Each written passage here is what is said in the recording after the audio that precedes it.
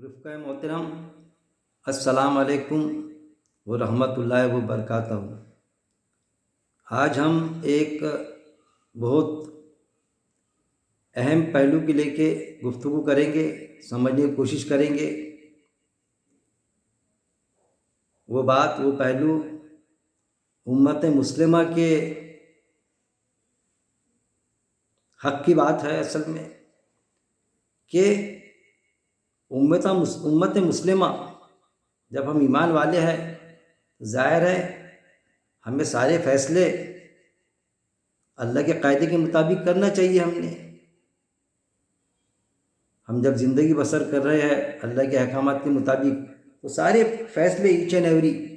ہمارے اللہ کے قاعدے کے مطابق ہونا چاہیے۔ پھر امت مسلمہ اپنے آپسی معاملات کیسے حل کرے، اس پر ہم گفتگو کریں گے، سمجھنے کی کوشش کریں گے۔ جو وقت کا تقاضا ہے، ہمیشہ سے رہا ہے، لیکن کیونکہ ہم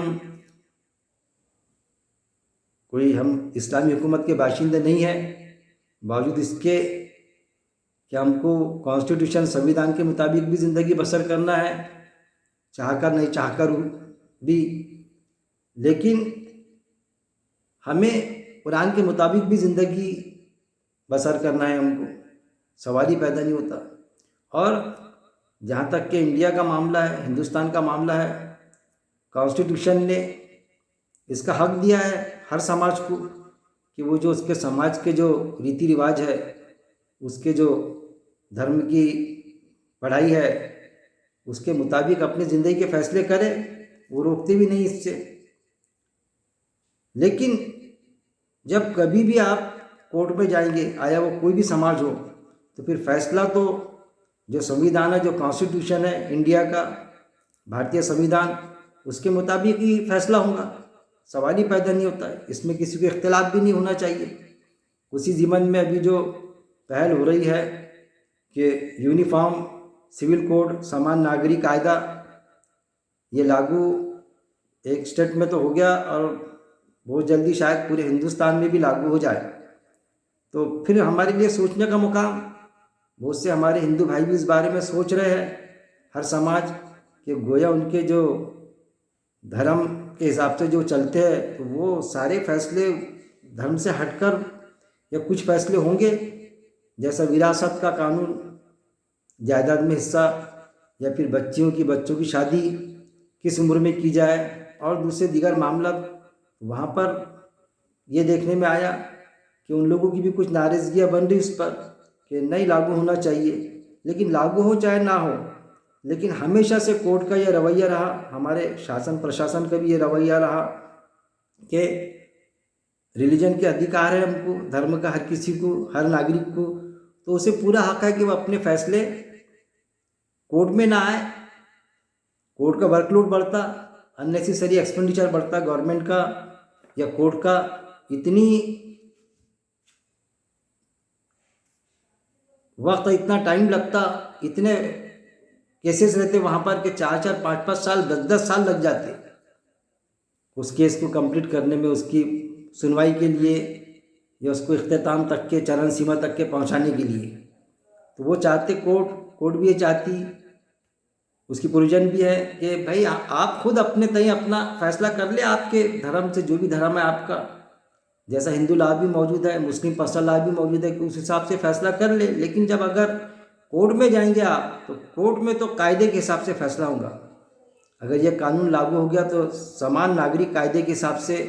فیصلہ کیا جائے گا، تو اس وقت میں پھر بڑا سوچنے کا مقام ہو جائے گا یہاں کے ہندوستان کے ہر ناگرک کو، وہ جس بھی دھرم سے جڑا ہو۔ اور ظاہر ہے ہم کو بھی، کہ ہمارا نظم العین تو قرآن ہے، ہم چاہتے ہیں ہماری زندگی کا فیصلہ قرآن و سنت کے مطابق ہو، قرآن کے مطابق ہمارا فیصلہ ہو۔ تو آج کا وہی سبجیکٹ لیا ہوں میں نے، کہ امت مسلمہ اپنے آپسی معاملات کیسے حل کرے، کیسے ہم فیصلے کریں کہ کورٹ میں جانے کی نوبت نہ آئے، نہ گورنمنٹ کا ورک لوڈ بڑھے، نہ کورٹ کا ورک لوڈ بڑھے، ان کو بھی پریشانی سے وہ بھی بچ جائے، اور ہم کو بھی کورٹ کے چکر نہ کاٹنا پڑے۔ تو اس ضمن میں طرح طرح کے بیانات بھی مسجد میں سننے کو ملتے، ذمہ دار جو اشخاص ہوتے ان کے، پھر شرعی پنچایت قائم کی گئی، یہ بھی ہے کہ بھائی شریعت کے حساب سے فیصلہ ہو، اور شاسن نے اس کی اجازت بھی دیا، اس کو کسی حد تک کے مانیتا بھی ہے، لیکن کورٹ میں وہ چیزیں نہیں چلتی ان کی۔ تم اپنے فیصلے کر لو ادھر، اچھا ہے کہ اپنے فیصلے اپنے حساب سے کر لو، اور دوسرا یہ بھی کہ دارالقضا بھی قائم ہے، لیکن باوجود اس کے یہ ساری پروویژن ہونے کے بعد میں بھی ایمان والے ان کے پاس تو نہیں جاتے، یا جاتے ہیں تو ظاہر ہے وہاں پر کوئی فیصلہ نہیں مل پاتا سیٹسفائیڈ، اطمینان بخش، تو پھر دوسرے پارٹی کو پنشمنٹ دینے کے لیے وہ کورٹ میں چلے جاتے، آپسی جھگڑوں کے فیصلے۔ اب آیا جھگڑے کس نوعیت کے ہوتے تو وہ بھی سمجھنا پڑے گا ہم کو۔ یہ دیکھیے شروعات تو کیسے ہوتی کہ ہر فیملی میں کوئی اپنا ایک ذمہ دار ہوتا، ہر فیملی میں، کہ ایک فیملی کا ذمہ دار سمجھیے، وہ خاندان کا تو کسی کے والد محترم ذمہ دار ہے، حاکم ہے، اس کے ذمہ دار ہے کہ بھائی جو بھی فیصلہ ہوگا، کوئی گھر میں کچھ معاملہ ایسا آ گیا، میاں بیوی کا معاملہ آ جائے آپس میں تھوڑا، یا پھر نند دیور کا، دو نندوں کا، دیور بھابھی کا یہ معاملہ، ساس بہو کا، تو وہ ذمہ دار اس کو سلجھا دیتے۔ پھر اس کے بعد میں میاں بیوی کا رہا تو بیوی اور میاں بھی رہتے ہیں بچوں کے ساتھ میں، تو گویا کہ مرد کو قوام بنایا گیا، حاکم بنایا گیا کہ وہ اس کی بات مانے، وہ فیصلہ لے، اس کو حق حاصل ہے۔ اسی طرح الگ الگ فیلڈ میں جب ہم کام بھی کرتے ہیں، خدمت خلق کا بھی کام کرتے ہیں ہم، تو الگ الگ ہم وہ بنوا لیتے ہیں ہماری، کہ بھائی ہم نے ایک فلانے کچھ لوگوں کا وہ بنائے، ہم نے ایک یہ بنائے کہ ہم اس میں چند لوگ جمع ہوئے، اب جو فیصلہ ہوگا تو ہم نے ایک کو ذمہ دار بنا دیں گے، یہ ہمارے امیر رہیں گے، ان کے مطابق ہم سنیں گے، ان کی بات، ان کے مطابق ہم معاملات کو حل کریں گے، لوگوں کے بھی ہمارے بھی، یا جو بھی معاملہ جس کے لیے نکلتے ہم خدمت خلق کے لیے نکلے، اور جو بھی کام کو اجتماعی سے ہم کرنا چاہتے، کبھی مسجد قائم کرتے تو اس کی مسجد بار کمیٹی ہوتی باقاعدہ، ایگزیکٹو باڈی، تو اس میں کوئی ذمہ دار ہوتا ہے، پریزیڈنٹ، سیکریٹری، تو اس کی بات مانی جائیں گی، سب متفق رہتے ہیں۔ پھر محلے کی کبھی محلہ کمیٹی ہوتی، وہ ہے کہ جہاں بھی ہم جو بھی کام کرتے تھے، ایک امیر ایک ذمہ دار ہم چن لیتے اس میں، کہ ہم اس کی بات مانیں گے، جس کی اسلام نے بھی اجازت دیا۔ اب یہ سوال یہ پیدا ہوتا ہے کہ جب ہم یہ چن لیتے ہیں اور کوئی فیصلہ ہمارے خلاف میں جاتا، تو وہاں پر ایک معاملہ، ایک سوالیہ نشان پیدا ہوتا کہ گھر میں ہے، اگر وراثت کے حصے کے معاملے میں یہ معاملہ ہو گیا، اگر کوئی بہنوں کا حق مارتا ہے تو بہن کو حق حاصل ہے کہ وہ ذمہ دار کی بھی، اگر والد بھی ہے اس کی تو بات نہ مانے، اس کا بھائی بھی ہے ذمہ دار تو اس کی بات نہ مانے، کہ یہ تو قاعدے کے خلاف میں جا رہا ہے، اسلامی قاعدے کے خلاف، قرآن کے خلاف ہے۔ یا خاوند بیوی پر کوئی ایسی بات تھوپے جو قرآن کے قاعدے کے خلاف ہے، تو وہ اس کو بولنے کا حق ہے، پورا حق حاصل ہے کہ اس کا وہ مخالفت کرے، اس کی بہن بھائی کی مخالفت کر سکتی، بھائی بہن کی مخالفت کر سکتا، بیوی خاوند بیوی کی مخالفت کر سکتا۔ خاص طور پہ یہ ہوتا ہے کہ جو فیمیل ہوتی، لیڈیز، تو ان کے ذمہ دار جینٹس ہوتے، وہ تو اس پر ظلم ہو تو کرے گی نا مخالفت، وہ تو بات پیش کرے گی نا اپنی، اور پھر ان کو فیصلہ ان کو دینا پڑے گا۔ پھر وہ وہاں نہیں ہوا تو پھر باہر کسی کے پاس جا کے بتائیں گی، وہ بولیں گی بھائی دیکھیے یہ ان کا فیصلہ قرآن اللہ کے قاعدے کے مطابق نہیں ہے، قرآن کے مطابق نہیں ہے، وہ چیز بھی سامنے آئے گی نا۔ تو اس کے لیے کچھ پلیٹ فارم بنا دیے گئے ہیں کہ ایسے کچھ معاملات ہو تو کورٹ میں جانے کی کوئی ضرورت نہیں، ہم کورٹ میں نہ جائیں، کئی سال لگ جاتے وہاں پر، پھر طرح طرح کی پریشانی ہوتی کہ لوگ گھبراتے، بالکل لرزتے کورٹ میں جانے کے لیے،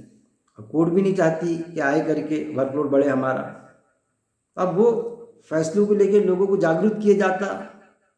کہ بھائی وہ سمجھے اس چیز کو کہ ہم ہمارے فیصلے کیسے کریں،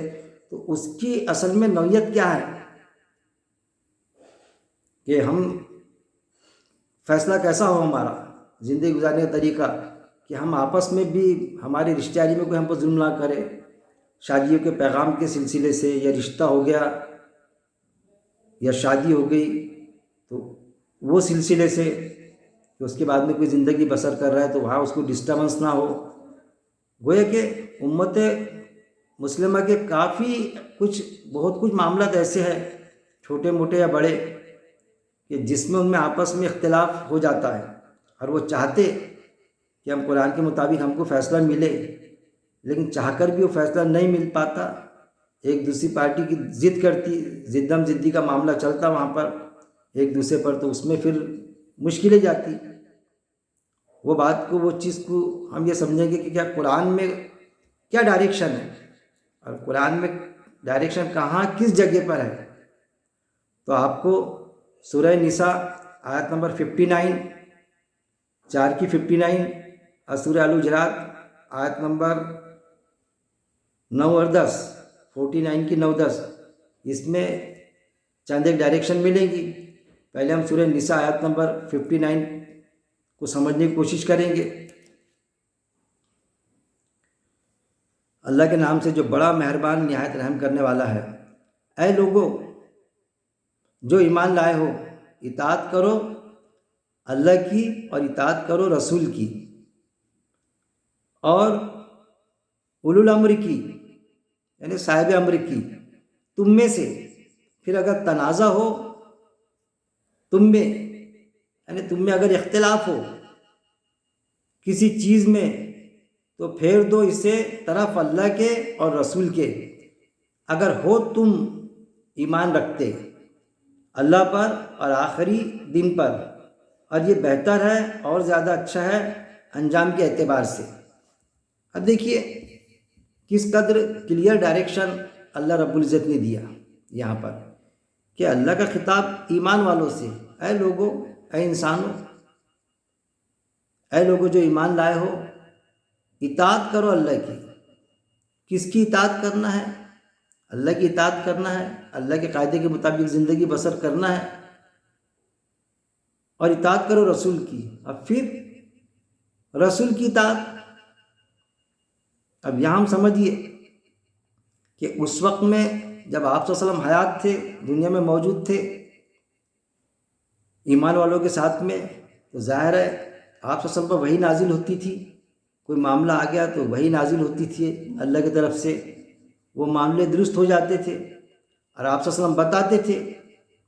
یا پھر وحی نازل ہو چکی ہوتی تھی آپ صلی اللہ علیہ وسلم پر، کوئی معاملہ آ گیا تو آپ اس کے مطابق جیسا اللہ کا حکم تھا اس کے مطابق فیصلے بھی کر دیتے تھے، سوال ہی پیدا نہیں ہوتا. اس لیے یہ آیت اس وقت کے لیے اگر یہ معاملہ آیا تھا تو یہ تھا کہ اطاعت ایمان والوں سے کیا کہہ رہا ہے اللہ تعالیٰ، اللہ رب العزت، کہ تم اطاعت کرو اللہ کی، کہ اللہ کے قاعدے کے مطابق تم زندگی بسر کرو، اور اطاعت کرو رسول کی. رسول یعنی آپ صلی اللہ علیہ وسلم جن پر وحی نازل ہوتی، وہ اللہ کے قاعدے کے مطابق ہی فیصلے کرتے، تو ان کی بھی اطاعت کرو، جیسا وہ کہے ویسا اپنے فیصلے کرو، مطلب ان کی ڈائریکشن میں چلو. اطاعت یعنی ان کی ڈائریکشن میں چلو. پھر یہاں پر آیا اور اولو الامر کی تم میں سے. پھر جہاں پر آپ صلی اللہ علیہ وسلم کسی مورکے پر، جنگ کا مورکہ ہو یا پھر اور کہیں پر، یا کوئی آپ صلی اللہ علیہ وسلم جو دور ہے، تو وہاں پر جو ذمہ دار بناتے تھے وہ خود، یا کسی کو آپ صلی اللہ علیہ وسلم ذمہ دار بنا کے بھیجتے تھے، یا پھر وہ خود آپس میں مشورہ کر کے ذمہ دار بناتے تھے کہ فلاں شخص بہت سمجھدار ہے، اس کو سمجھتا آپ صلی اللہ علیہ وسلم کی بات کو، قرآن کی کیا بات ہے سمجھتی. وہ صحابہ رضی اللہ اجمعین میں سے، ان میں سے آپس میں جو ذمہ دار ہوتا تھا جس کو بناتے تھے، تو اولو الامر کی یعنی جو ذمہ دار ہے تم میں سے اس کی اطاعت کرو. مطلب پھر اس کی اطاعت کرنے میں کیا ہوتا تھا کبھی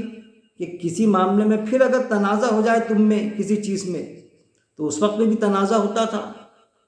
کہ کوئی معاملے کو لے کر ایسا تنازع اختلاف ہوتا تھا کہ نہیں یہ ایسا نہیں ایسا ہے. ظاہر ہے آیتیں بھی نازل ہوتی تھی، آپ صلی اللہ علیہ وسلم بھی ان کے بیچ تھے، بھلا ہی دور تھے، تو بعد میں جا کے اس چیز کو، تنازع کو دور کر لیتے تھے، وہ بات پیش کر دیتے تھے. لیکن آج جو معاملہ ہے، آج تو اللہ اس وقت میں بھی ان میں پریزنٹ نہیں تھا، لیکن اللہ کی وحی آتی تھی باقاعدہ. لیکن یہ بات بھی ہے کہ اللہ کے رسول صلی اللہ علیہ وسلم تو تھے نا ان کے ساتھ میں، آج ہمارے ساتھ میں اللہ کے رسول صلی اللہ علیہ وسلم تھوڑی ہے۔ ہاں، اللہ کے رسول صلی اللہ علیہ وسلم پر جو آیتیں نازل ہوئی، جو قرآن نازل ہوا، ایک ایک بات کسی طرح کی خیانت نہ کرتے ہوئے اللہ کا ایک ایک حکم آپ صلی اللہ علیہ وسلم نے حیات زندگی میں قرآن میں لکھوا دیا، کسی طرح کی خیانت نہ کرتے ہوئے، جو قرآن میں کمپلیٹ زندگی گزارنے کا طریقہ آج ہمارے پاس موجود ہے۔ تو اب اطاعت کرو اللہ کی، تو اطاعت ہوں گی اللہ کی۔ پھر دوسرا یہ معاملہ آئے گا کہ رسول کی اطاعت، تو رسول صلی اللہ علیہ وسلم تو ہمارے بیچ میں ہے ہی نہیں، تو ہمارے لیے کیا ہوں گا پھر کہ رسول کون ہوگا؟ ایک وہ رسول کہ جس پر وحی نازل ہوتی تھی آپ صلی اللہ علیہ وسلم پر اس وقت میں جو موجود تھے، آج وہ رسول کی جس پر وحی نازل نہیں ہوں گی، لیکن قرآن کی اسپرٹ کو سمجھے گا، جو اسپرٹ کو قرآن کی اسپرٹ کو سمجھے گا کہ فلاں آیت کا پرٹیکولر کیا میننگ نکلتے، اس سے کیا مطلب ہے، آیتوں کی اسپرٹ کو جو سمجھے گا، کیونکہ قرآن میں جس پر وحی نازل ہوتی اس کو بھی رسول کہا گیا، جناتوں کو بھی رسول کہا گیا، جو آپ صلی اللہ علیہ وسلم کے پاس میں بیٹھتے تھے، میرے درس موجود ہے اس پر، بعد میں اپنے وہاں سنتے تھے، اور وہ آپ صلی اللہ علیہ وسلم کے مجلس میں پھر ادھر پیش کرتے تھے جناتوں میں۔ گویا کہ انسانوں میں بھی رسول ہوتے ہیں۔ آج بھی جو قرآن کی بات کو سمجھے گا، اس کا قرآن کا مطالعہ رہے گا، تو اس کو ہم ذمہ دار بنا کے اس کی اطاعت کریں گے کہ آیت کو سمجھتا ہے وہ اسپرٹ کو۔ اب یہ بھی ہوتا ہے کہ گھر کا کوئی ذمہ دار ہے، وہ باہر تھوڑی لائیں گے، گھر میں تو جو ہمارے والد اس کو ذمہ دار بنائیں گے، ایک بیوی اپنے خاوند کو ذمہ دار بنائیں گی کہ بھئی وہ ذمہ دار ہے۔ لیکن کیا ہوتا کہ اور اطاعت کرو رسول کی اور اولو الامر کی، یعنی صاحب امر کی، حکم دینے والے کی، جس کو ہم یہ سمجھتے، جیسا گھر کے اس میں خاوند، ہمارے والد، خاندان کے اس میں اپنا کوئی بزرگ، یا ہم کچھ لوگ مل کے کوئی فیصلہ کرتے، کوئی کام کرنا چاہتے اللہ کے دین کے مطابق، خدمت خلق کہیے اور کچھ ایسے چیریٹی وغیرہ، یا مسجد کا کاروبار، مسجد کا یہ برابر چلے، تو اس میں کوئی ذمہ دار ہم ٹھہراتے ہیں کسی کو، تو اولو الامر کی، تم میں سے، ہم میں سے۔ پھر اگر تنازع ہو، پھر اس کی بات ہم کو نہ پٹے، یعنی یہ بات تو کسی کے خیال میں آتا ہے کہ یہ تو قرآن کے خلاف ہے، یہ اللہ کے قاعدے کے مطابق نہیں ہے، تو وہاں تو اس کے اختلاف بنے گا نا وہاں پر۔ تو اس وقت میں کیا کرنا ہے؟ تنازع ہو جائے تم میں سے کسی چیز میں، تو پھیر دو اسے طرف اللہ کے اور رسول کے۔ تو کس کے طرف پھیر دو؟ وہ اللہ کے طرف، مطلب آج اللہ کا حکم کہاں موجود ہے، اللہ کے قاعدے کہاں موجود ہے؟ قرآن میں، تو قرآن کی طرف پھیریں گے، اور رسول کے، تو اس وقت میں آپ صلی اللہ علیہ وسلم حیات تھے، آج آپ صلی اللہ علیہ وسلم تھوڑی ہے ہمارے بیچ میں، تو آج کا رسول کون ہوگا؟ جس کو قرآن کا گیان ہے۔ یہ بھی ہوتا کہ بڑے عالم صاحب، بڑے حافظ صاحب، بہت بڑے مفتی صاحب فتوے دینے والے، لیکن غلط فتوے دیتے، قرآن کے مطابق دے نہیں پاتے، آیتوں کی اسپرٹ سمجھتے نہیں۔ تو اگر سمجھتے ہیں اور وہ کسی مدرسے سے فارغ بھی نہیں ہے وہ شخص، لیکن وہ واقعی میں زمین سے جڑ کے کام کرنے والا ہے، قرآن کا مطالعہ ہے اس کا، تو پھر وہ کیا کہلائیں گا کہ قرآن یعنی وہاں اللہ کے حکم، اور وہ رسول کہلائے گا آج کا، جس پر وحی نازل نہیں ہوتی۔ دیکھیے نبوت کا دروازہ بند ہے۔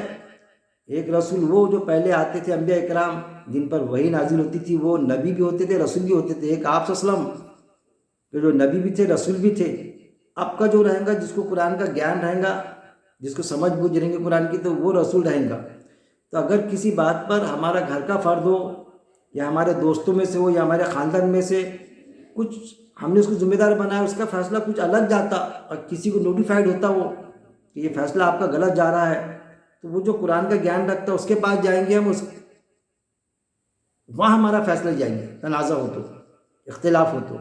تو پھر اگر تنازع ہو جائے تم میں کسی چیز میں یا کسی بات میں، تو پھیر دو اسے طرف اللہ کے اور رسول کے۔ آج کا رسول کون ہوگا؟ جس کو قرآن کا گیان ہوگا، جو قرآن کو سمجھے گا، واقعی قرآن کی اسپرٹ کو سمجھتا ہوں آیتوں کی۔ اور اگر ہو تم ایمان رکھتے، اگر تم ایمان رکھتے تو تم ایسا کرو گے، کیوں؟ اس وقت میں بھی یہ چیزیں تھی کہ وقت کے خلیفہ لیکن ان سے بھی غلطی ہو جاتی تھی. جیسا واقعہ ہے کہ حضرت عمر رضی اللہ تعالیٰ عنہ جب آپ صلی اللہ علیہ وسلم کا جو ہوا اپنا انتقال ہوا، دنیا سے گئے آپ صلی اللہ علیہ وسلم، تو برداشت نہیں ہوا ان سے، ان کو یقین نہیں آیا. انہوں نے بالکل تلوار کھینچ لی ہے. کوئی صحابی ان کے سامنے آنے کو تیار نہیں کہ ایسا کیسا، اللہ کے رسول صلی اللہ علیہ وسلم دنیا سے چلے گئے، ہو نہیں سکتا ایسا. سب پریشان. حضرت ابو بکر صدیق رضی اللہ عنہ آئے اور وہ قرآن کی آیت پڑھے، ہر کسی کو موت آنا ہے، اور کیا آپ صلی اللہ علیہ وسلم اس دنیا سے چلے گئے، ان کا انتقال ہو گیا، تو تم کیا ایمان سے پھر جاؤ گے؟ انہوں نے بس جیسی آیت سنے، تلاوت کی انہوں نے یہ آیت، انہوں نے تلوار ہی نیچے کر دی اپنی، حضرت عمر رضی اللہ عنہ نے. کیوں؟ اور ان کے الفاظ آتے اس میں، اس حدیث میں، کہ مجھے ایسا لگا جیسا یہ آیت ابھی نازل ہوئی. دیکھیے جذبات میں ہوتا ہے ایسا کہ انسان جذبات میں اتنا بہہ جاتا، خوشی کے جذبات یا غم کے جذبات یا اور کچھ فیصلے کے، کبھی کسی معاملے میں بولیے خود غرضی کے جذبات، یا بچوں کی محبت میں، ماں باپ کی محبت میں،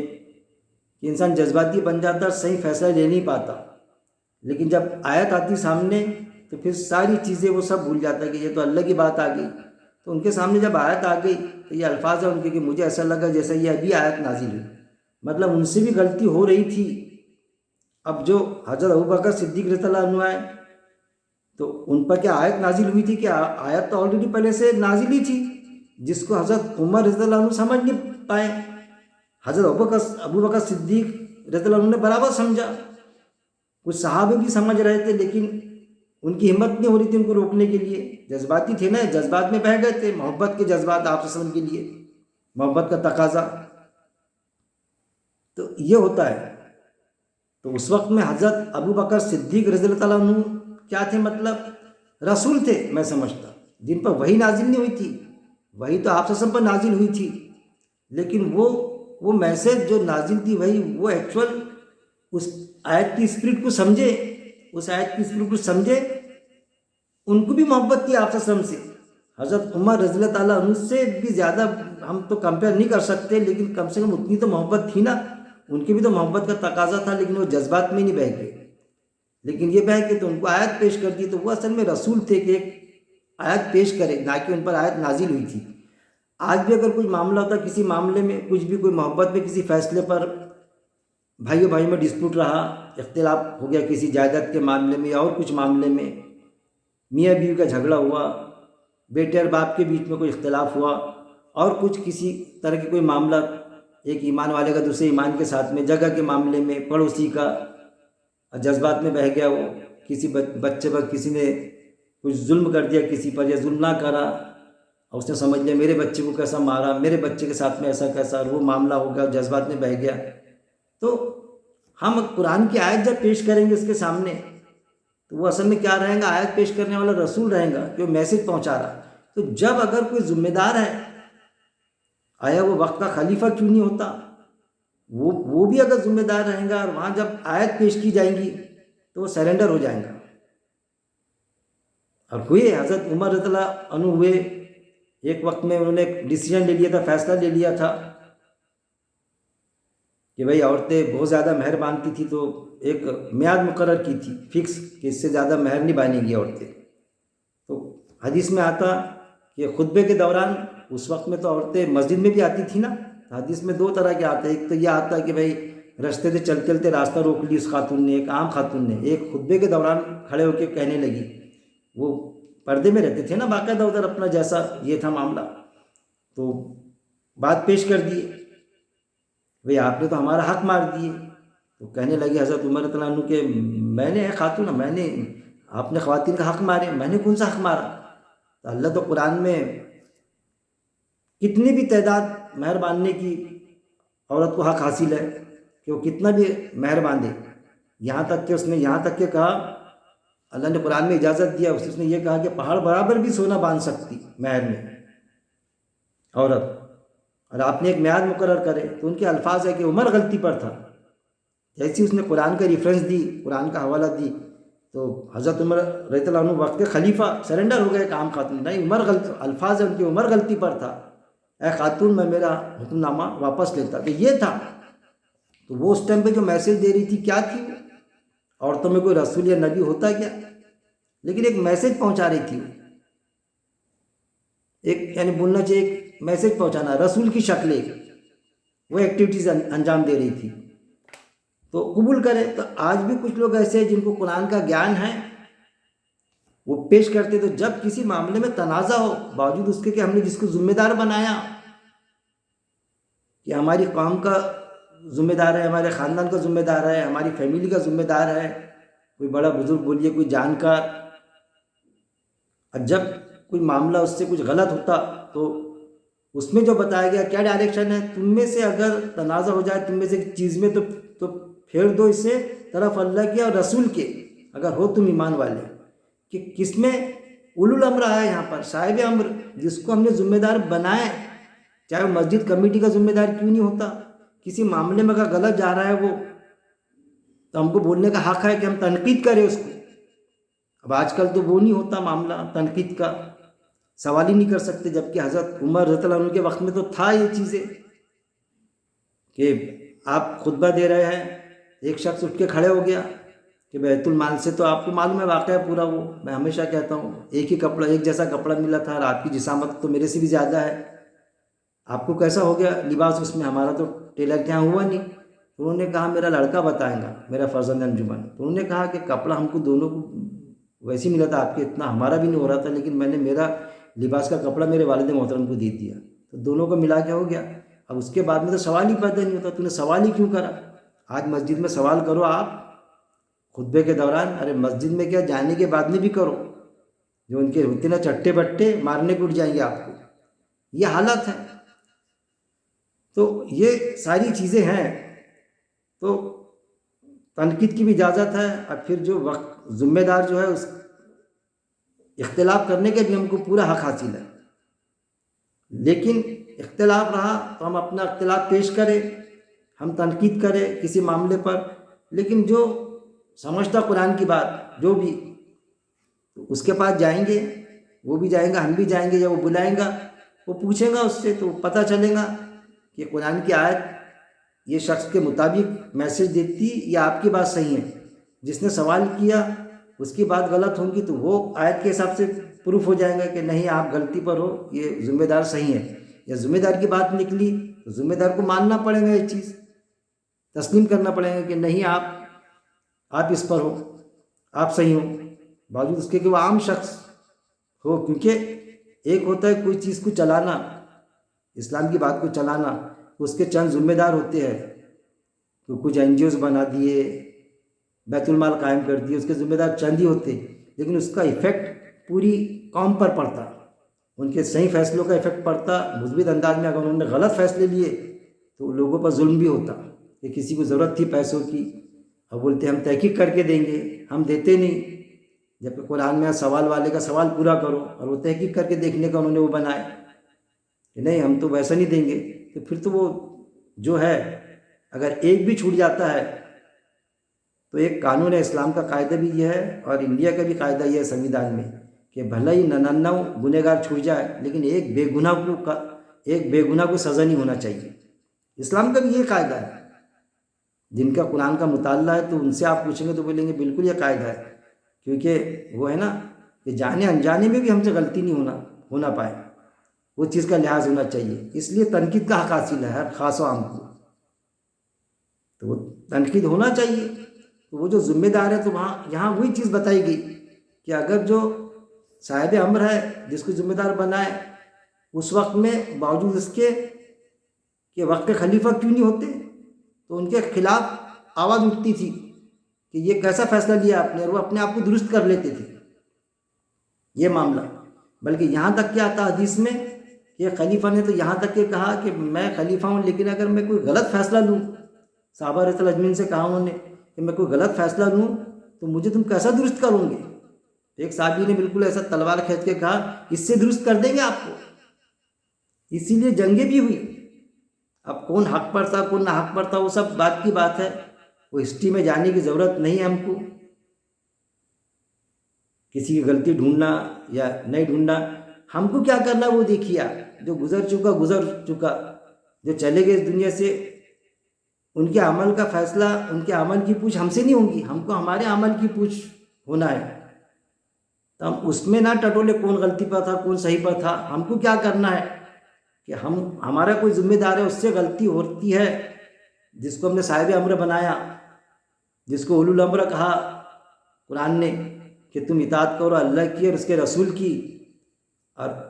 اللہ اس وقت میں بھی نہیں تھا لیکن آیت نازل ہوتی تھی, لیکن اللہ کے رسول صلی اللہ علیہ وسلم تھے, آج نہیں ہے ہمارے بیچ میں. تو ہمارا جو ذمہ دار ہے تو اس کی اطاعت کریں گے بے شک. لیکن کسی بات پہ تنازع ہو, کس کو لگا کہ بھائی یہ چیز تو غلط کر رہی ہے, تو پھر کسی چیز میں تو پھرو تم اللہ اور اس کے رسول کی طرف, جس کو قرآن کا گیان ہے اس سے ہم ڈائریکشن لیں گے. اگر ہو تم ایمان والے تو اس کو درست ہونا پڑے گا جو ذمہ دار ہے. مطلب ذمہ دار کے خلاف میں بھی آواز اٹھائی جا سکتی نہیں, جانا ہی چاہیے, جبھی تو معاشرے کی درستی ہوگی, کریکشن ہوگا. لیکن ہم کو ایسا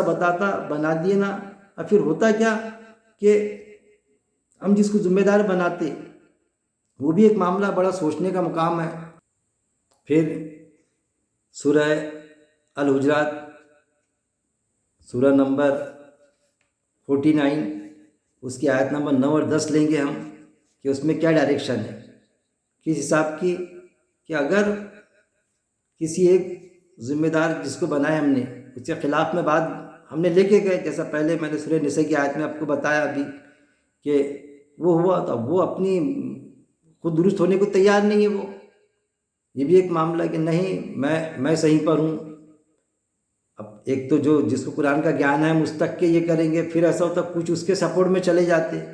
اب وہ ذمہ دار یہ سمجھیے گھر کا ذمہ دار بھی ہو سکتا, میاں بیوی کے معاملے میں اس کا خاوند ذمہ دار, جس کو گھر کا جو کاروبار چلاتا حاکم ہے بھائی, وہ اس کو بتایا گیا نا, مرد کو اپنا قوام بتایا گیا نا.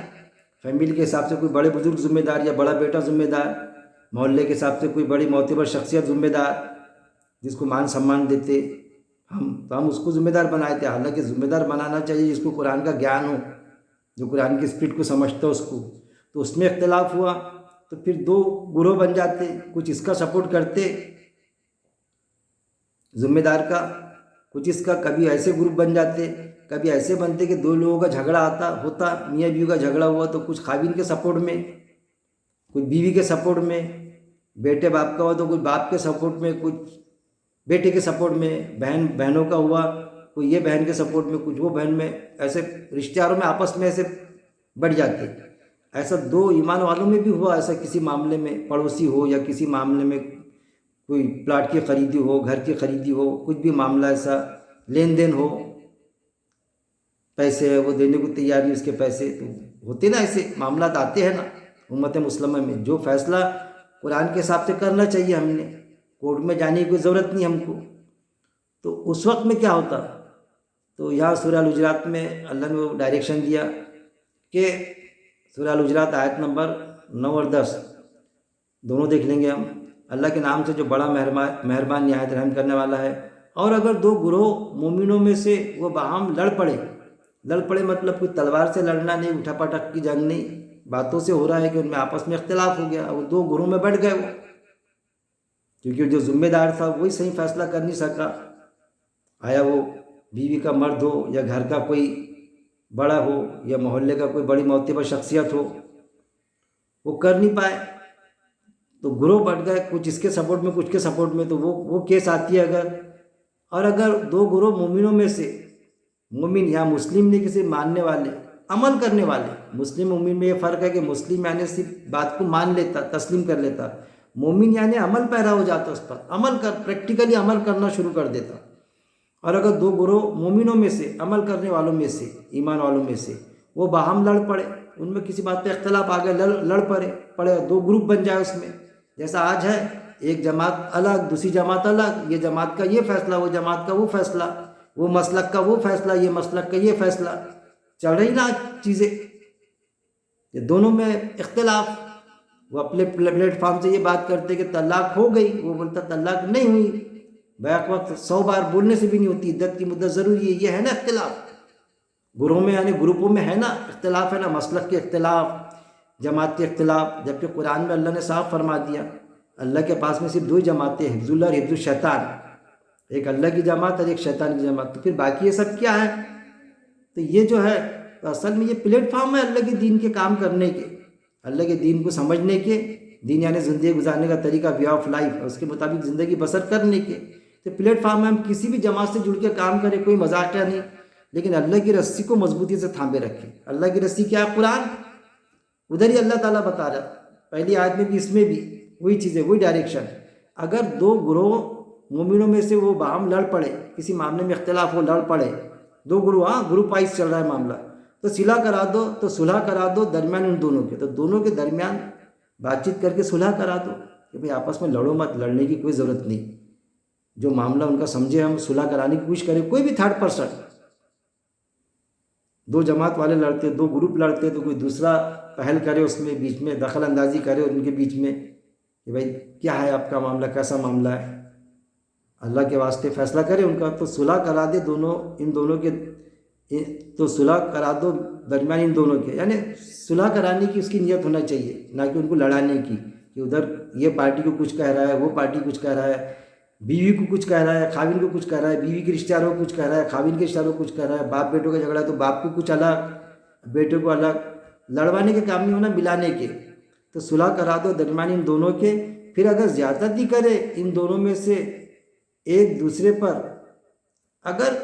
کوئی ایک گروہ دوسرے گروہ پر زیادتی کرنے لگے کہ ایسا لگا اس کو کہ وہ غلطی یہ دوسرے والے گروپ بی کی نہیں ہے، گروپ اے کی غلطی ہے، 2 کے درمیان، پھر اگر زیادتی کرے ان دونوں میں سے، دونوں گروہوں میں سے کوئی ایک، یعنی کوئی ایک گروہ دوسرے گروہ پر، کہ وہ تو غلطی پر جو بتا رہا تھا، جو اپنے پاس میں آیا ہے گروہ، اصل میں ہم کو کہا کہ آپ فیصلہ کرو اور وہ خود غلطی پر ہے، تو لڑو اس سے جو زیادتی کرے، تو اس سے لڑا جائے گا جو زیادتی کرے، کہ بھائی آپ غلطی پر ہو، آپ کیا فیصلہ مانگ رہے ہیں، یہ تو آپ کے خلاف میں فیصلہ جا رہا ہے، درست تو درست کرنا، اگر وہ درست ہوتا تو ٹھیک ہے، نہیں ہوتا تو پھر اس کے خلاف لڑنا پڑے گا، کہہ رہے تسلیم کر، اب فیصلہ قرآن کے حساب سے ہوگا، تو لڑو اس سے جو زیادتی کرے، جو زیادتی کر رہا ہے جو گروپ، تو اس سے لڑنا پڑے گا، یہاں تک کہ وہ پلٹ آئے طرف اللہ کے حکم کے۔ دیکھیے کہاں تک کہ زیادتی ہے، کہ یہاں تک کہ وہ پلٹ آئے طرف اللہ کے حکم کے، اللہ کے حکم،